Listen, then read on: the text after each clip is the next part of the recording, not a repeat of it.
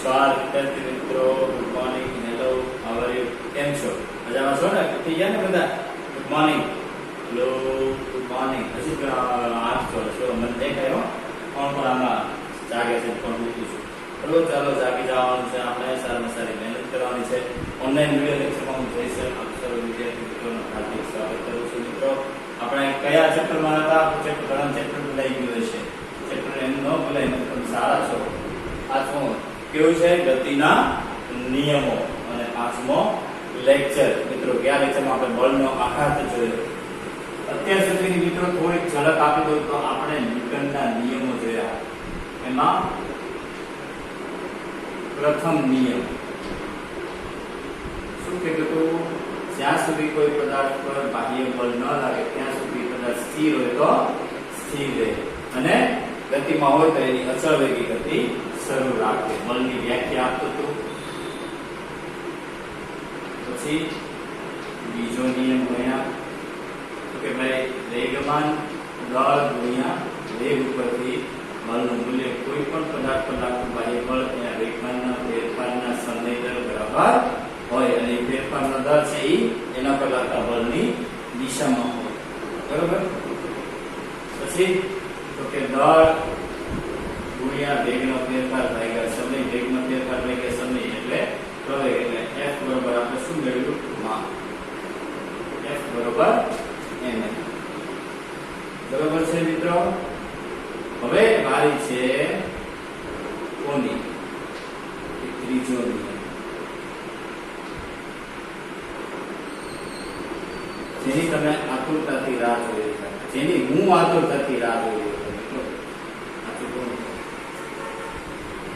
સરળમાં સરળ ત્રીજો નિયમ, પરંતુ એપ્લાઇડ છે, મોસ્ટ એપ્લાઇડ નિયમ છે મિત્રો. રોજબરોજના જીવનમાં મિત્રો આ વસ્તુ તમારી સાથે થતી જ હોય. હવે આજે આપણે નેક્સ્ટ સાતમો ટોપિક છે ન્યૂટનનો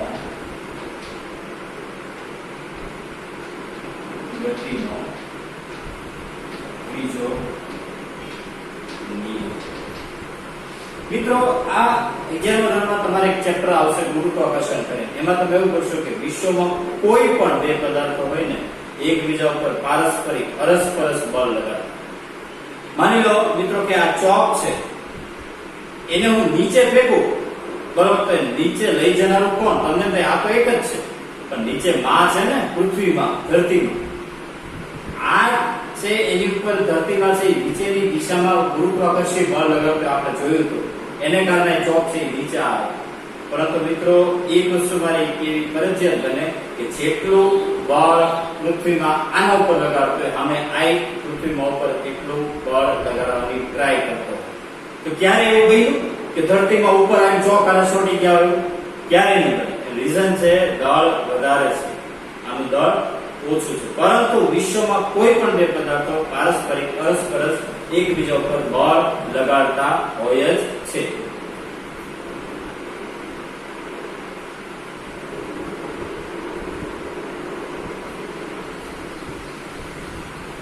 ન્યૂટનનો ત્રીજો નિયમ શું કહેવામાં આવે છે ખબર નથી? કે કોઈ પણ માની લો કે આ ચોક છે, આ ચોક છે એને હું આ બોલ સાથે હું ભટકાડું, તો વિચાર કરજો અહીંયા આગળ ભલે ચાંદલું પડી ગયું પણ કઈ ચોકને કારણે આની અંદર કઈ ખાડો ન પડી ગયો. હું ચોક સાથે એક આમ મુઠ્ઠી મારું તો મેં આ ચોકે છે આ બોર્ડ ઉપર છે કઈક આઘાત લગાવ્યો. શું લગાવ્યો? એને એની ઉપર બળ લગાવ્યું, એને આઘાત કર્યો, અથવા એને ક્રિયાબળ પણ કહેવાય. કયું બળ કહેવાય? ક્રિયાબળ. અમે બોર્ડે ચોક ઉપર એટલું જ લગાડ્યું, નહીતર તો અહીંયા ચોકી ન જાય. તો હું કામ પાછો આવ્યો, પાછો ઠેકાણો. શું કામ? કે જેટલું બળ આ ચોકે બોર્ડ ઉપર લગાડ્યું એટલું જ બળ બોર્ડે ચોક ઉપર લગાડ્યું. બોર્ડ જે ચોક ઉપર લગાડે એને પ્રત્યાઘાત કહેવાય. શું કહેવાય? પ્રત્યાઘાત, અથવા એને પ્રતિક્રિયા બળ. કોઈ બોલ હોય, ટેનિસનો બોલ હોય, સામેની દિવાલ સાથે હું ફટકારું, બરોબર, અને અથડાઈને પાછો આવે શું કામ પાછો આવે છે? બોલે દિવાલને કઈક ક્રિયાબળ આપ્યું હોય, સામે દિવાલે બોલને એટલું જ પ્રતિક્રિયાબળ આપ્યું તો જ ઈ બોલ, નહીં તો ભાઈ બોલ છે ઈ જમીન ફાડી ન હોય એટલે દિવાલ ફાડીને બહાર ન હોય એટલે દિવાલ છોંટી ન જાય, એવું નથી થતું મિત્રો. જેટલું ક્રિયાબળ હોય ને એટલું જ સામે પ્રતિક્રિયાબળ મળે એવું ન્યૂટન કહી ગયું. એટલે જ આપણે ભણવું પડે મિત્રો. યાદ રાખજો, જેટલો આઘાત હોય ને એટલો જ પ્રત્યાઘાત હોય. ફરક એટલો કે ખાલી બેની દિશા કેવી થઈ જાય ખબર? પરસ્પર વિરુદ્ધ. દિશા બેની કેવી થઈ જાય? પરસ્પર વિરુદ્ધ. ઇન સેન્સ એની ટાઈમ ક્રિયાબળ અને પ્રતિક્રિયાબળના મૂલ્યો હંમેશા સમાન, પરંતુ દિશા પરસ્પર વિરુદ્ધ. આઘાત અને પ્રત્યાઘાત હંમેશા એક જ મૂલ્યના હોય, પરંતુ દિશા કેવી વિરુદ્ધ. ઈ ન્યૂટનનો ગતિનો ત્રીજો નિયમ. જેટલું ટેનિસનો બોલ દિવાલને ક્રિયાબળ આઘાત આપે એટલું જ સામે દિવાલ છે એ ટેનિસના બોલને પ્રત્યાઘાત પ્રતિક્રિયાબળ આપવું. એને કારણે જે બોલ છે એ બાઉન્સ બેક થયો, પાછો આવ્યો. સમજાવો મિત્રો? એની ડાઉટ? જોતો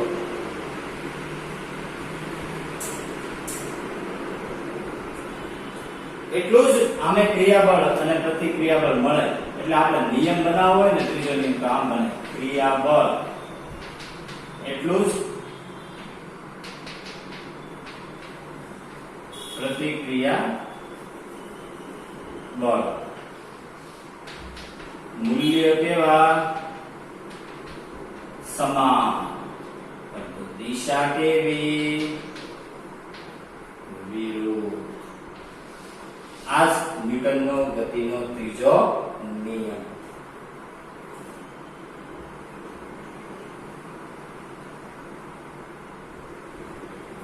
આઘાત અને પ્રત્યાઘાત હંમેશા સમાન મૂલ્યના અને પરસ્પર વિરુદ્ધ દિશાના હોય. ઇંગ્લિશમાં બહુ સરસ સેન્ટેન્સ છે: action and reaction are always of same magnitude but in different directions. Action એટલે આઘાત, રિએક્શન એટલે પ્રત્યાઘાત. એક્શન એટલે ક્રિયાબળ, રિએક્શન એટલે પ્રતિક્રિયાબળ. Are always in a same magnitude, સમાન મૂલ્ય, but always in a opposite direction, વિરુદ્ધ દિશા.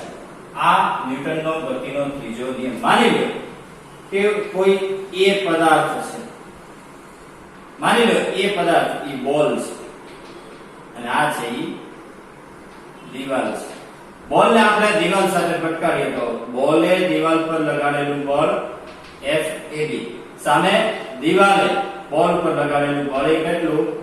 FDA, પરંતુ દિશા કેવી? વિરુદ્ધ. આ ન્યૂટનનો ગતિનો ત્રીજો નિયમ. જેટલો આઘાત એટલો જ પ્રત્યાઘાત. હું કોઈ વિદ્યાર્થી માની લો કે કોઈ વિદ્યાર્થી કોઈ તોફાન કરતો ને આપણે તો એને ઝાપટ મારીએ તો મારા હાથે વિદ્યાર્થીના ગાલ ઉપર લગાડેલું ક્રિયાબળ, આમ એનું ગાલે તમારા હાથને લગાડે કે નહીં? એક હાથે તાલી વાગે, હું મારા હાથને વાગ્યું, ઓલાનો ગાલ લાલ તો મારા હાથે લાલ થાય નહીં. જેટલો આઘાત એટલો જ પ્રત્યાઘાત. સમાન મૂલ્ય, પરંતુ દિશા પરસ્પર વિરુદ્ધ. કે બહુ ઈઝી નિયમ છે મિત્રો, પણ આની પ્રેક્ટિકલ એસ્પેક્ટ બહુ બધી છે. આમાં આપણે તમને કેવું હોય તો એમ કહી શકાય: બળોના મૂલ્ય કેવા? સમાન, પરંતુ દિશા વિરુદ્ધ. જેટલો આઘાત એટલો જ પ્રત્યાઘાત. આઘાત એને ક્રિયાબળ પણ કહેવાય અને પ્રત્યાઘાત એને પ્રતિક્રિયાબળ પણ કહેવાય. બેના મૂલ્ય સમાન, દિશા પરસ્પર વિરુદ્ધ. બસ આ જ યાદ રાખવાનું છે. આ ન્યૂટનના ગતિનો ત્રીજો નિયમ.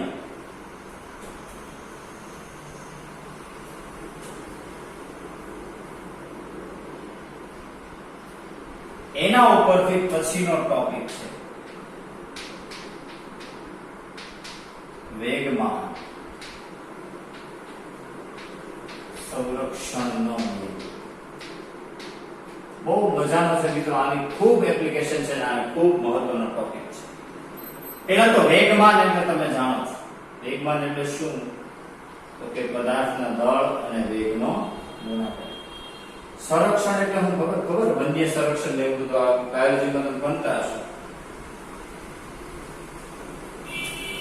સંરક્ષણ એટલે યસ તમે કહો ને જાળવણી, બરોબર, રક્ષણ કરે એનો નિયમ. મિત્રો તમે વેગમાન સંરક્ષણનો નિયમ ભણશો, આગળ જતા તમે કોણીય વેગમાન સંરક્ષણનો નિયમ ભણશો અને ઉર્જા સંરક્ષણનો નિયમ. વિશ્વમાં રહેલી કુલ ઉર્જાનો જથ્થો છે હંમેશા અચલ રહે. નવી ઉર્જા ઉત્પન્ન ન થાય કે નાશ ન થાય, માત્ર ઉર્જા એક સ્વરૂપમાંથી બીજા સ્વરૂપે લઈ જઈ શકાય. વેગમાનનું પણ એવું છે. કોઈ પણ પદાર્થ છે ગતિ કરાવ્યા પહેલા અને ગતિ કરાવ્યા પછીનું તંત્રનું કુલ વેગમાન શું રહે ખબર? અચળ રહે. નિયમ બહુ સરળ છે. અલગ કરેલા, કેવા કરેલા? અલગ કરેલા તંત્રનું કુલ વેગમાન કેવું રહે? અચળ રહે. મિત્રો આ શબ્દ આવવો જોઈએ. વેગમાન સંરક્ષણના નિયમનું કથન હોય અને જો આ શબ્દ ન આવ્યો તો તમને માર્ક્સ મળે નહીં.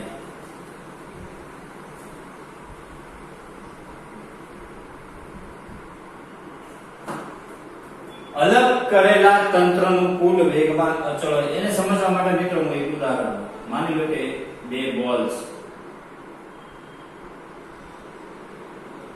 બરોબર, માની લો આ A બોલ અને આ B બોલ, બરાબર. માની લો કે બંને બોલ એકબીજાની સામે આવે છે. આ V1 વેગથી આવે છે, આ V2 વેગથી આવે છે. તો સ્ટાર્ટિંગમાં બેયને વેગમાન હશે તો બેયનું કુલ વેગમાન કેટલું થાય? આનું દળ માની લો કે બેયના દળ સરખા છે સપોઝ, તો આનું વેગમાન શું થાય? પહેલાનું વેગમાન mv1 અને બીજાનું વેગમાન શું થાય? mv2. તો પ્રારંભિક વેગમાન, કેવું વેગમાન?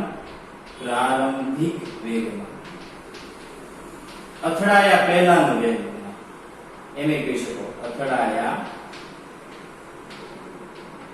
પહેલાનું વેગમાન કેટલું થાય ખબર?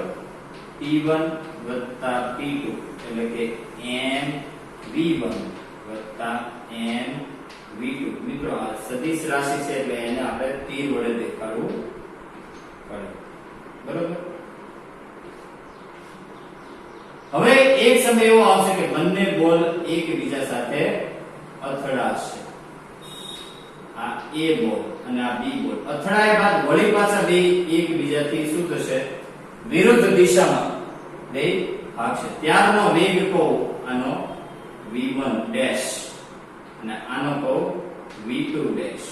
તો ઈ વખતના વેગમાન અથડાયા બાદનું, અથડાયા પછી નું બંને બોલનું વેગમાન કેટલું થાય? p2 ડેશ વત્તા p1 ડેશ. p2 ડેશ એટલે mv2 ડેશ વત્તા mv1 ડેશ. બે કેવા હોય ખબર? હંમેશા સરખા જ હોય. મિત્રો આ જ નિયમ છે, પતી ગયું આ વેગમાન સંરક્ષણનો નિયમ. અથડાયા પહેલાનું અને અથડાયા પછીનું તંત્ર, અલગ કરેલું તંત્ર છે એનું કુલ વેગમાન કેવું રહે? અચળ, એટલે કે સમાન. હવે કાલવાર હું તમને કહી દઉં કે સ્ટાર્ટિંગનો આનો વેગ એટલો, આનો વેગ એટલો, અથડાયા બાદ A નો વેગ એટલો, તો B નો શોધો તો તમે ગોતી શકો. એકદમ સરળ વસ્તુ છે મિત્રો. વેગમાન સંરક્ષણ થાય, વેગમાનનું સંરક્ષણ થવું પડે, જાળવણી થવી પડે, પરંતુ ક્યારે? અલગ કરેલા તંત્રનું. સમજાણું?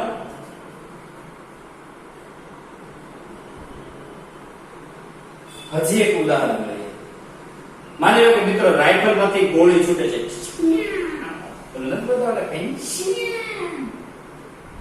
રાઇફલમાંથી એક ગોળી છૂટે છે. મિત્રો બુલેટ અંદર હતી ત્યાં સુધી સ્થિર હતી, તો બુલેટ છૂટી એ પહેલાનો વેગમાન, એનો વેગ શૂન્ય, તો એનો પહેલાનો વેગમાન કેટલું થાય? શૂન્ય. જેવી બુલેટ ગોળીની બહાર રાઇફલની બહાર નીકળે ત્યારે વેગથી બહાર નીકળે છે બુલેટ ફાયર થયા પહેલાની અને ફાયર થયા પછી બેયના વેગમાન કેવા રહે પછી સમજાવો મિત્રો એની ડાઉટ એની કન્ફ્યુઝન જો આ બી બોલ છે એ સ્થિર હોય આ જે ગતિમાં તો સ્ટાર્ટિંગમાં જે વેગમાન હોય એ બી સાથે અથડાયા બાદ બેયને વેગ મળે તો અથડાયા પહેલાનું અથડાયા પછીનું કુલ વેગમાન કેવું રહે અચળ બરોબર તમારે ખાલી એટલી ગણતરી કરવાની કે અથડાયા પહેલાનું અથડાયા પછીનું કુલ વેગમાન કેવું અચળ ઓકે એની ડાઉટ એની કન્ફ્યુઝન જોઈએ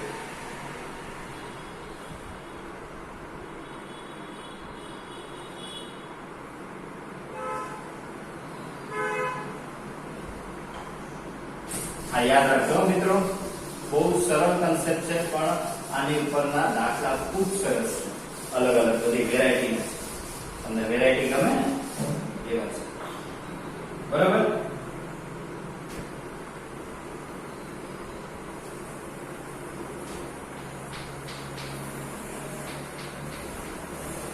વેગમાન સંરક્ષણ આપણે અલગ કરેલા તંત્રનું કુલ વેગમાન કેવું હોય હંમેશા અચળ હોય બરોબર હવે આના માટે મિત્રો એક જો હું એક લઉં ઉદાહરણ માની લો રાઇફલ કેમ બાકી બનાવીને એક ગોળી અંદર પડી બરાબર માની લો અહીંયા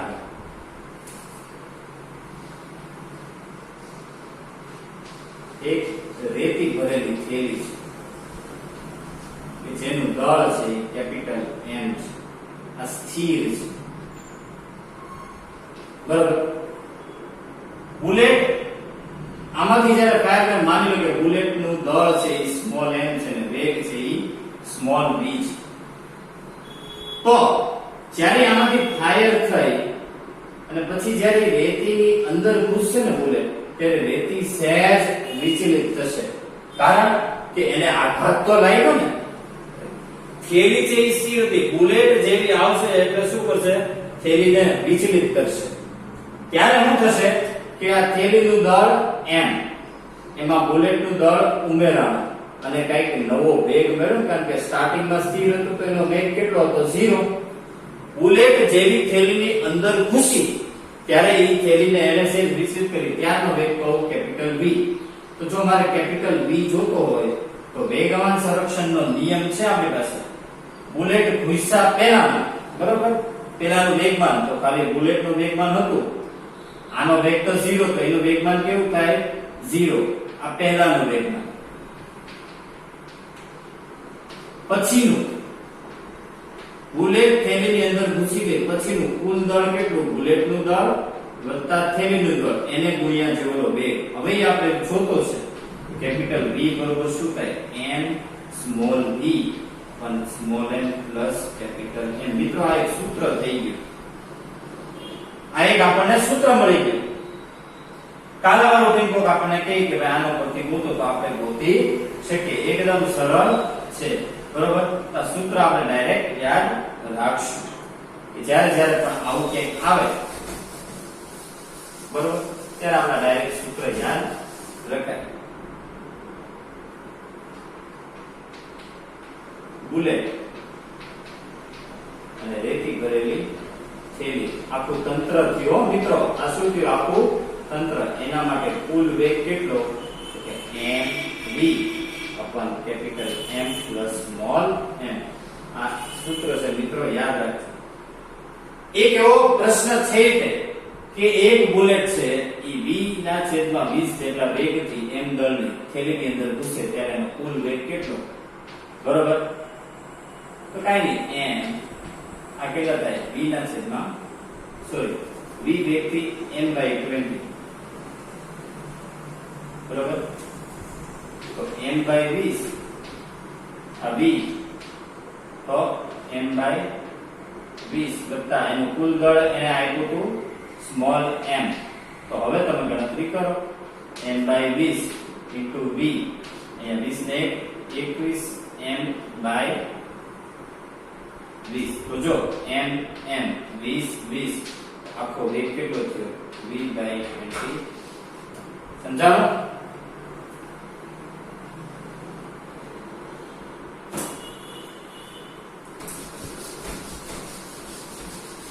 એક બીજી વસ્તુ મિત્રો, રાઇફલ હોય ને, રાઇફલ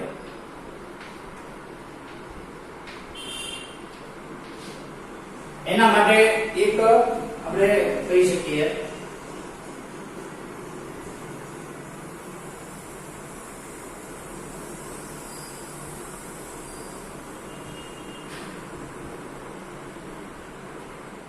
એક રાઇફલ હોય ને મિત્રો, તમે રાઇફલ જોઈએ છે,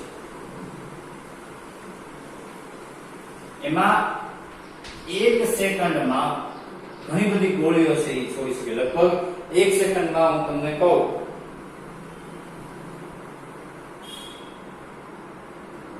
કે એ ઘણી બધી ગોળીઓ છે એ 1 સેકન્ડની સાથે ખોદો. પરંતુ આ રાઇફલ એક એવી વસ્તુ છે, ખભા ઉપર તમે દેવો ને ખભો ઉતરી જાય. રાઇફલનો વજન એટલો આવે, તમે જોઈ સામેથી તમારાથી કોઈના આર્મીમાં હશે તો એને ખબર હશે. તો એ ખભા ઉપર નાની ઈ જેટલો બુલેટ આગળ નીકળે ને મિત્રો, ઈ જે આઘાત લાગે ને એટલો જ બુલેટ ગનને, રાઇફલને પાછળ એટલો જ હું લગાડતી હોય, પ્રત્યાઘાત લગાડતી.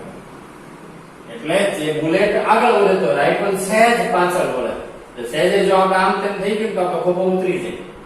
એટલે એ ધંધો કરાય નહીં. હવે તમને હું એમ કહું કે રાઇફલ છે બધી બુલેટ છે અમુક વેગથી આટલી સંખ્યાની આટલી દળની આગળ વધે તો એનું પ્રત્યાઘાતી બળ કેટલું? તો પ્રત્યાઘાતી બળ તમારે ગોતવું, સીધું જ સૂત્ર હું તમને કહી દઉં, કોઈ તારવણીમાં પડવાનું નથી. F બરોબર n mv, જ્યાં n એટલે 1 સેકન્ડમાં ગોળીઓની સંખ્યા, બરોબર. m એટલે શું? દળ, અને v એટલે વેગ. પ્રત્યાઘાતી બળ કેટલું?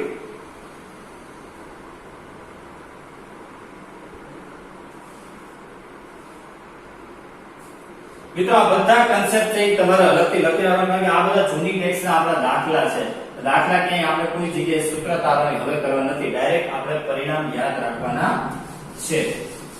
જ્યારે જ્યારે પણ એવો પ્રશ્ન આવે કે ભાઈ રાઇફલ છે, સૈનિક છે, આ છે, તે છે, ફલાણો ઢીકણો, 1 સેકન્ડમાં કેટલી ગોળીઓ કે બળ આપી દે, બરોબર, તો 1 સેકન્ડમાં છૂટતી ગોળીઓની સંખ્યા એટલે n. તો પ્રત્યાઘાતી બળ F બરોબર સૂત્ર શું થાય? n mv. n એટલે 1 સેકન્ડમાં છૂટતી ગોળીઓની સંખ્યા, m એટલે દળ, v એટલે વેગ, અને n એટલે ગોળીઓની સંખ્યા પર સેકન્ડ.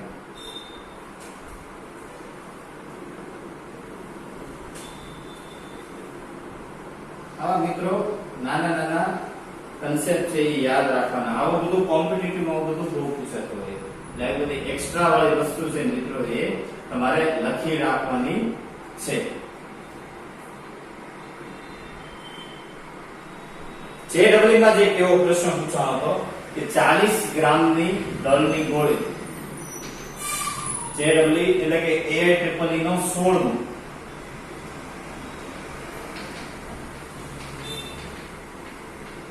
AIEEE નો 16માં એક MCQ છે. એમાં આવું પૂછવાનું કે 40 ગ્રામની દળની ગોળી, તો 40 ગ્રામના કેજી કરી નાખીએ, 40 ગુણ્યા 10 - 3 એટલે 0.04 કિલોગ્રામ દળની ગોળી. 1200 મીટર પ્રતિ સેકન્ડનો વેગ થી પ્રત્યાઘાતી બળ એને આપી દીધું છે કે 144 ન્યૂટનનું પ્રત્યાઘાતી બળ અનુભવતો હોય તો 1 સેકન્ડમાં કેટલી ગોળીઓ છૂટે. સીધું સૂત્ર F બરાબર n m v n ને કરતા બનાવો F upon mv 144 1200 એને ગુણ્યા 0.04 તો જો બે પોઈન્ટ અહીંયાથી થઈ છે એટલે આ બે પોઈન્ટ નીકળી ગયા 12 ગુણ્યા 4 12 144 4 તેરી 12 1 સેકન્ડમાં 3 ગોળીઓ 1 સેકન્ડમાં છૂટતી હોય. સમજાણું? એકદમ ઈઝી કન્સેપ્ટ છે. આ AIEEE નો છે.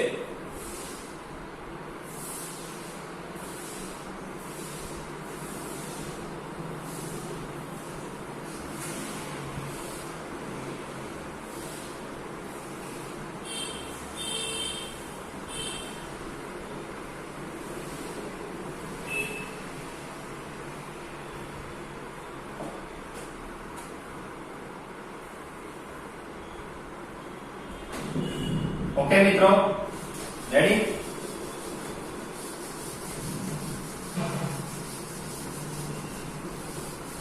મિત્રો હવે મારે બોર્ડની થોડી જરૂર પડશે એટલે પેલા આ બે વસ્તુ છે એ ખાસ જોઈ લખી રાખવાની છે. આ બે એનો ઉપયોગ છે. આજે હું તમને જે હોમવર્ક આપીશ એમાં તમારે આ બે કન્સેપ્ટનો ઉપયોગ છે. બરોબર? એટલે આને ખાસ ખાસ ખાસ ખાસ ખાસ તમારી બુકમાં લખી રાખજો. બરોબર? 10 સેકન્ડ માટે મૂકું છું, પછી તમે વિડિયો પાઉઝ કરીને લખી લેજો.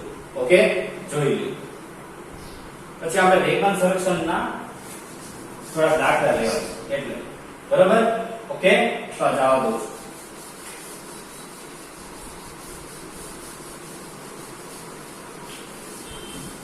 વિડિયો છે એ પાઉઝ કરીને તમે છે એ લખી શકો છો. વેગમાન સંરક્ષણનો ઉપયોગ એના દાખલામાં કઈ રીતે કરવો. એક દાખલો બહુ સરસ મજાનો છે. આપણે જૂની ટેક્સ્ટનો છે, લેવલ 1D નો 12મો. જૂની ટેક્સ્ટના જે દાખલા છે એનો 12મો છે. પ્રેક્ટિસ માટે ગણજો, કાઈ વાંધો નહીં. અમુક દાખલા હું તમને સામેથી કહીશ પ્રેક્ટિસ માટે ગણવા. બરોબર? સ્થિર સ્થિતિમાં રહેલો એક બોમ્બ છે. કેવું? વાહ. સ્થિર એટલે કે સ્થિર હોય એટલે કે સ્ટાર્ટિંગ નો વેગ શું હોય? 0. તો સ્ટાર્ટિંગ નો વેગ માને શું હોય? 0. પછી શું થાય ખબર? બોમ્બ છે એક્સપ્લોડ થયો. બોમ્બ છે એ ફૂટ્યો અને वो टुकड़े टुकड़े हो गया. क्या हो गया? टुकड़े टुकड़े हो गया. હવે ટુકડા થયાનો વાંધો નથી. ટુકડા થઈ બે ટુકડા છે. આ પહેલો ટુકડો, આ બીજો ટુકડો એકબીજાને લંબ દિશામાં 30 મીટર પ્રતિ સેકન્ડના વેગથી ગયા. પહેલો ટુકડો, બીજો ટુકડો. આ દિશા x કહેવાય, આ દિશા y કહેવાય. બંને પરસ્પર લંબ દિશામાં એકબીજાને લંબ દિશામાં કે એટલે એક આ દિશામાં ગયો, બીજો છે ઈ આ દિશામાં ગયો, અને ત્રીજો ટુકડો છે એ એક આમ ગયો છે. એનો વેગ ગોતવાનો છે. માની લો કે ત્રણેયના દળ હોય. માની લો આનું દળ m, આનું દળ m, તો ત્રીજા ટુકડાનું દળ છે ને એને આપ્યું છે કે ત્રીજા ટુકડાનું દળ બાકીના બે કરતા 3 ગણું છે. એટલે કે આનું દળ m હોય, બીજાનું દળ m હોય, ત્રીજાનું દળ કેટલું હોય? 3m. એક બોમ્બ હતો એ ટુકડા ટુકડા હો ગયા. આ પહેલો ટુકડો, આ બીજો ટુકડો, આ ત્રીજો ટુકડો. પહેલાનો વેગ 30 મીટર પ્રતિ સેકન્ડ, પરંતુ x દિશામાં. એટલે મિત્રો x દિશામાં હોય ને એની ગતિ હોય ને એને એના એકમ સદિશ વડે દેખાય. એને i કેરેટ વડે દેખાય. y દિશામાં ગતિ હોય ને એને એના એકમ સદિશ j કેરેટ વડે દેખાય. અને z દિશામાં ગતિ હોય ને એનો એકમ સદિશ એને k કેરેટ વડે દેખાય. મિત્રો આ i, j અને k x દિશામાં એકમ સદિશ હોય એને i કેરેટ વડે દેખાય. y દિશામાં એકમ સદિશ હોય એને j કેરેટ વડે દેખાય. અને z દિશામાં એકમ સદિશ હોય એને k કેરેટ વડે દેખાય. આટલું તમે યાદ રાખજો. બરાબર. એ દિશા સૂચક છે મિત્રો. i j k શું છે? દિશા સૂચક છે. x દિશા, ધન x દિશા હોય તો પ્લસ i, ઋણ x હોય તો માઈનસ i, ધન y હોય તો પ્લસ j, ઋણ y હોય તો માઈનસ j, ધન z હોય તો પ્લસ k, ઋણ z હોય તો માઈનસ k.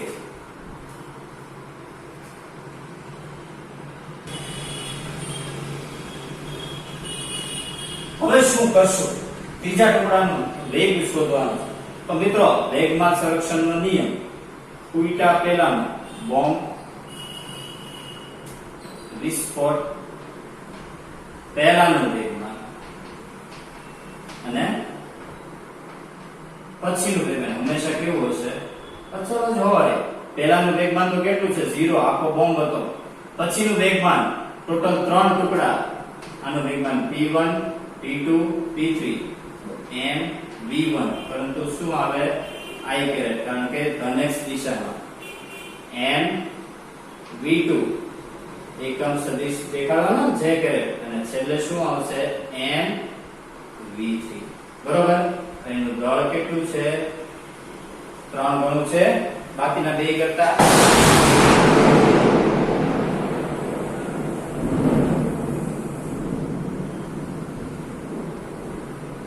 ઓકે, તો આ 0, આ શું થાય? 30 m i કેરેટ. બીજું શું થાય? 30 m j કેરેટ. ઓલું શું થાય? 3 m v3. બરાબર.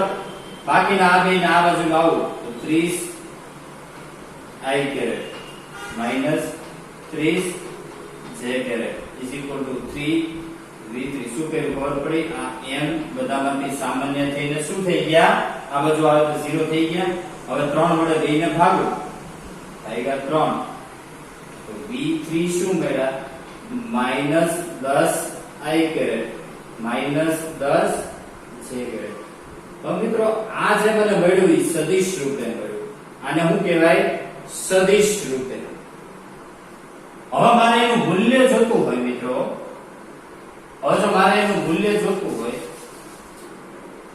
તો યાદ રાખજો, જ્યારે જ્યારે પણ કોઈ પણ સદિશ હોય ને એનું મૂલ્ય કઈ રીતે શોધાય? ખબર? વર્ગમૂળમાં આ જે i છે ને એના સહગુણકનો વર્ગ, એટલે કે 10 નો વર્ગ, વત્તા j ના સહગુણકનો વર્ગ, અને વત્તા k હોય તો k ના સહગુણકનો વર્ગ. હવે આ v3 આ શું થાય? 100 વત્તા 100 એટલે 200. તો 100 દુ 200 એટલે v3 શું થશે? માઈનસ આવશે. સોરી, માઈનસ 10√2 મીટર પ્રતિ સેકન્ડ.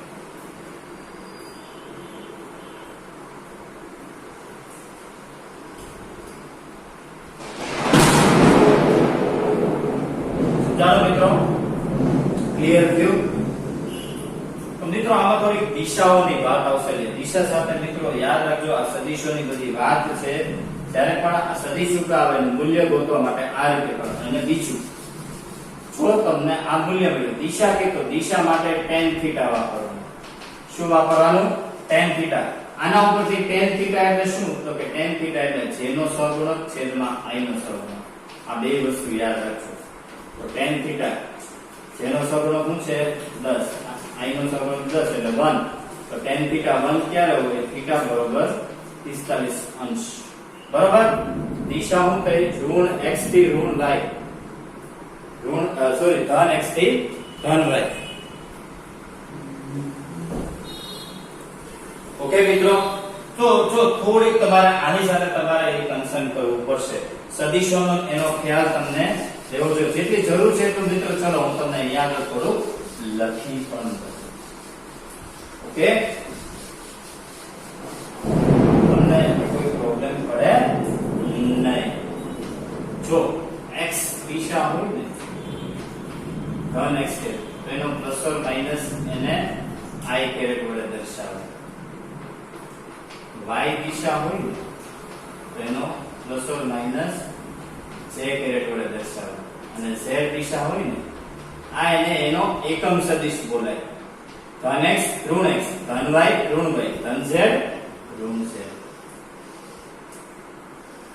જ્યારે માની લો કે કોઈ a સદિશ છે એનું મૂલ્ય જોતું હોય ને તેનું મૂલ્ય છે એને આવી રીતે દર્શાવે માનાંક ઉપર તીર અથવા એકલું તો શું કહેવાય ખબર i ના સહગુણકનો વર્ગ વત્તા j ના સહગુણકનો વર્ગ વત્તા k હોય તો તેના સહગુણકનો વર્ગ અને દિશા જોતી હોય આ શું થયું મૂલ્ય tan થીટા શું થઈ દિશા તો દિશા એટલે શું j નો સહગુણક છેદમાં i નો સહગુણક જે આપ્યું હોય ટૂંકમાં સમજાણો મિત્રો આટલી વસ્તુ છે એ સદિશોની તમારી નોટમાં લખી રાખજો આટલી વસ્તુનો ઉપયોગ આપણે આવશે ડગલે ને પગલે બરોબર ઓલો દાખલો હતો એસએલપી નો સારો એવો હતો પછી એક સોરી જૂની ટેક્સ્ટ એસએલપી નો એક દાખલો છે અગેન એક સ્થિર બોમ્બ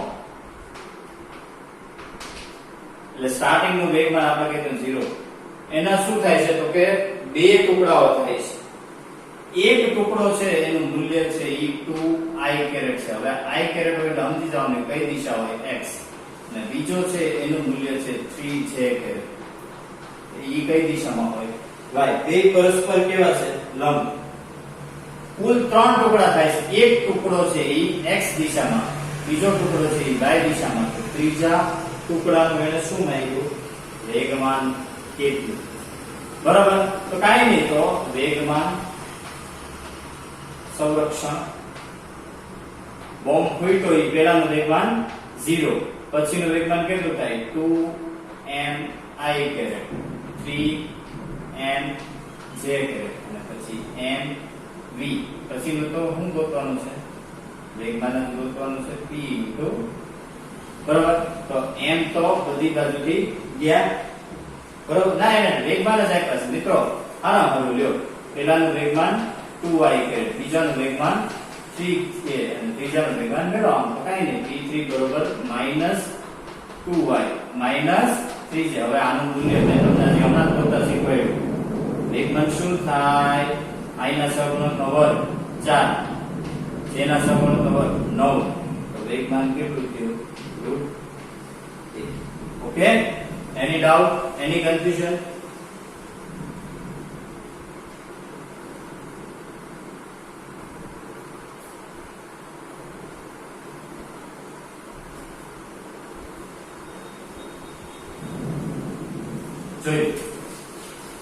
મિત્રો એકદમ સરળ વસ્તુ છે હો તમને આવડી જવી જોઈએ વેગમાન સંરક્ષણ એ મોસ્ટ ઇમ્પોર્ટન્ટ વસ્તુ છે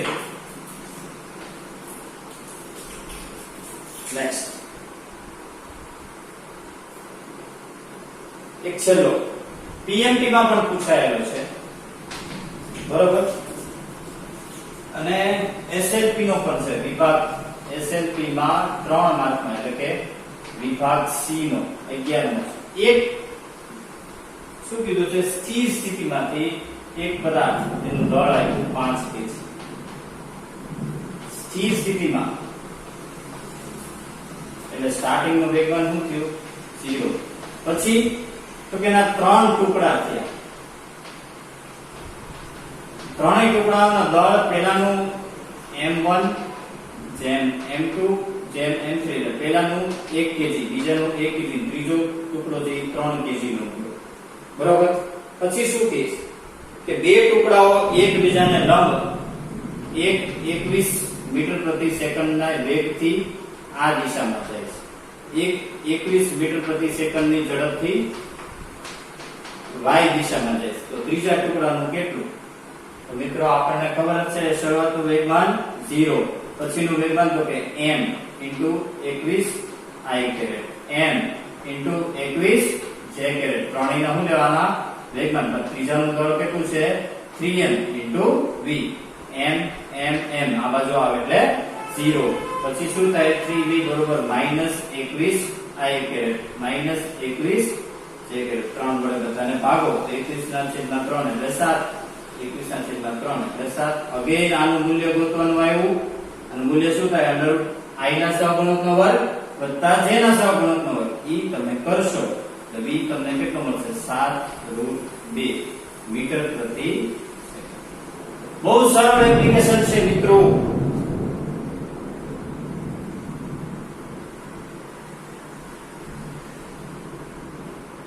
એકદમ સરળ વસ્તુ છે, કશું જ અઘરું નથી હો. યાદ રાખજો મિત્રો, વેગમાન સંરક્ષણનું તમને બધું જ આવડી જવું જોઈએ.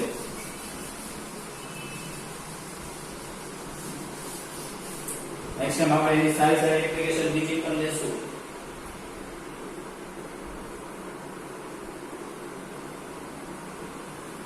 હાલો, એક એમસીક્યુ છે, બરાબર, 21 નો છે આપણી ટેક્સ્ટનો. એક સ્થિર બોમ્બ છે, એ વિસ્ફોટ થયો અને 3 ટુકડા થયા. એક ટુકડો x દિશામાં ગયો, એક ટુકડો y દિશામાં ગયો, અને આ ત્રીજા ટુકડાનું વેગમાન કેટલું એને આવ્યું? p3 આવ્યું. p1 એને આપ્યું 2i કેરેટ, p2 એને આપ્યું 3j કેરેટ. તો મિત્રો હવે આનું શરૂઆતનું વેગમાન 0, વિસ્ફોટ થયા પછીનું p1 + p2 + p3. હવે તો મિત્રો આવી જાય કે ના આવે? હે મિત્રો, હવે p3 બરોબર -2i કેરેટ -3j કેરેટ. હવે આનું મૂલ્ય ગોતવું હોય તો શું કરવાનું? √i ના સગુણ કરવું જોતા j ના સગુણ. એટલે આવશે. ઓકે, એની ડાઉટ? રાઈટ. વેગમાન સંરક્ષણ, બરાબર, એની સાથોસાથ તમારે આજે પેલા આટલું છે એક્સ્ટ્રા તરીકે લખી દેવાનું છે. ઓકે, ચાલો હોમવર્ક લખો.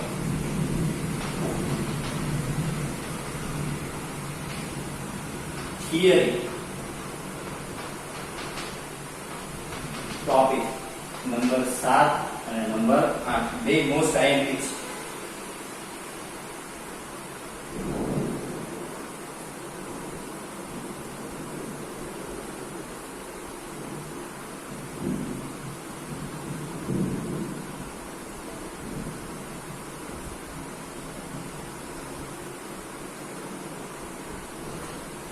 આપણી જૂની ટેક્સ્ટનો દાખલો,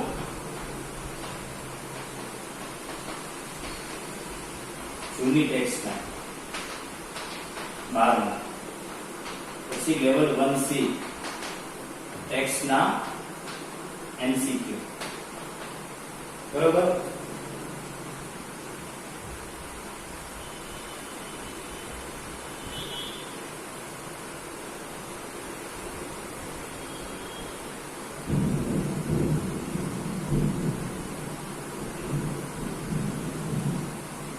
એમાં 2, 11, 21, બરોબર. પછી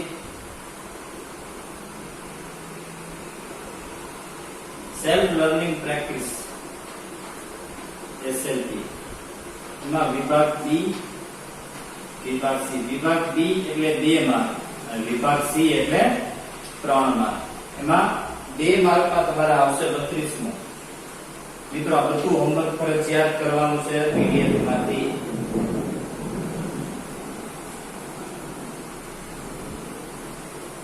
ત્રણ માર્કમાં 5મો, પછી AIEEE નો 16મો, PMP નો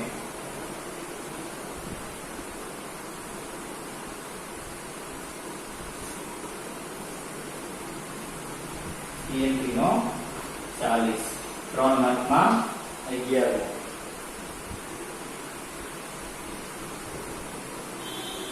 અને 2 માર્કમાં 19. મિત્રો આટલું હોમવર્ક તમારે કરીને મને ફરજિયાત વોટ્સએપમાં મારા નંબર ઉપર મોકલવાનું રહેશે, બરોબર છે? નોટ ડાઉન કરી લો.